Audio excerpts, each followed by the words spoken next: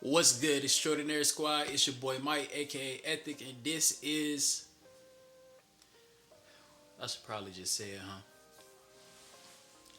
What's good, Extraordinary Squad? It's your boy Mike, aka Ethic, and this is Open Mic Monday. Okay, let's give a round of applause for consistency. Here we are on week two, and I say I'm doing better this year than I did last year for sure. I think last year I posted one thing in January and I called it a day. Um, I'm still trying to figure out this whole mic situation, camera situation, figure out what I want to do here.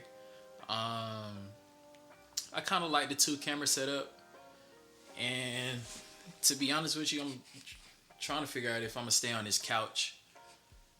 I kind of like the couch, but I digress. Picking up from where we were last week, I know some of y'all are probably thinking, how did I come up with the name Ethic? It had to be around 10th grade, 10th, ninth or 10th grade. I figured out I wanted to do two things.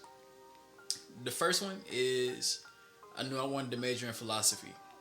The second thing was I knew that I wanted to rap, but I didn't want to go by the name Michael J.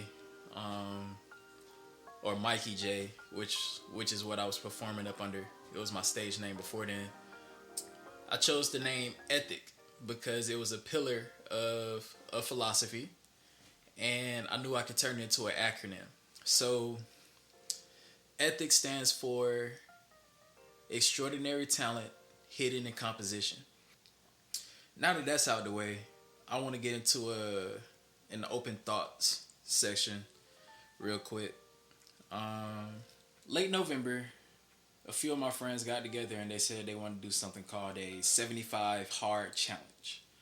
The requirements for that challenge was you couldn't drink, you had to drink a gallon of water a day, you had to read 10 pages of a book a day, you had to do two 45-minute workouts.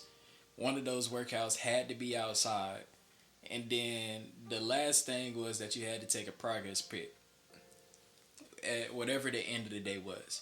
All of this, and if you miss one step in any of those days, like say you got to day 3 and you forgot to take your progress pic, you basically had to start all over.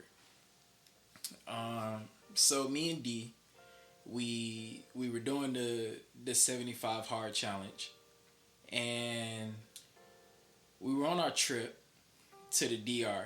You know, a big thing was the food. We was going with the Mediterranean diet, and luckily, a lot of the foods that they had fit what we were already doing. So we got back, and one of the people in our group basically said that he made it to day 25 and that he wasn't planning on starting over. And funny enough, I think I made it to day 25, and after day 25, it was just one of those things where I felt like I got everything that I needed out of the challenge. A lot of the stuff that I had been putting off, I started doing. Um, and I'll say it was probably the most productive I've been since like the summer of 2020. So if you're thinking about doing a 75 hard challenge, you know, best of luck to you. Um, I'm probably going to keep some of the same consistency that I've had with that challenge as far as the workouts. What I've been doing is just one 45-minute workout a day. Um, I've been keeping up with the readings for sure. Drinking a gallon of water a day is a little difficult. I was running to the bathroom almost every 30 minutes, which is ridiculous. Another thing that I was thinking about is the 2024 election.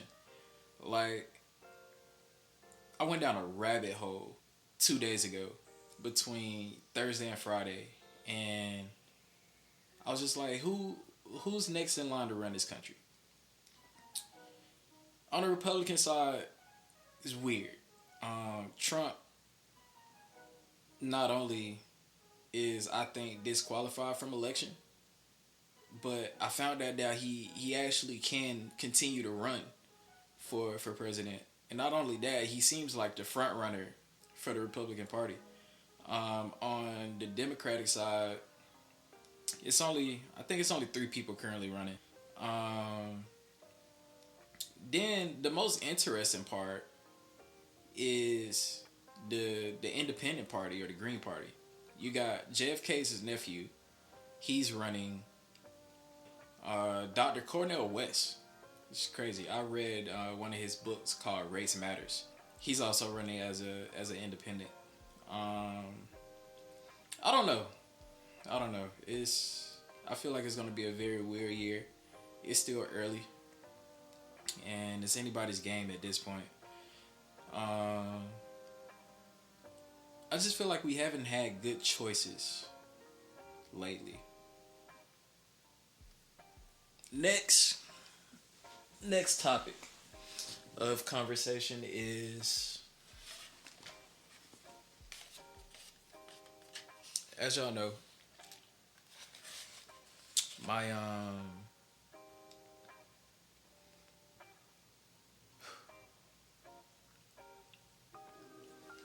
as some of you all know, I lost my grandma December 17th. And it's been weird. I want to say that initial grieving process is strange for sure.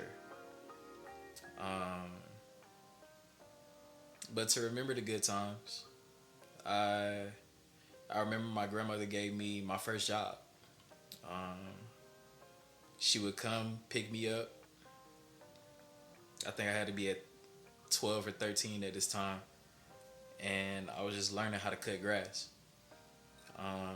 So before I could drive, she would come to the house, pick me up, we go, I cut the grass, and like it's a huge hill. I wish I had a picture that I could show y'all. But then we were done, she would drop me back off at the house. Most recently, she would always call me and ask for directions. It didn't matter where she was going. We would, whether it was LaGrange or directions from the airport to her hotel room in Ohio.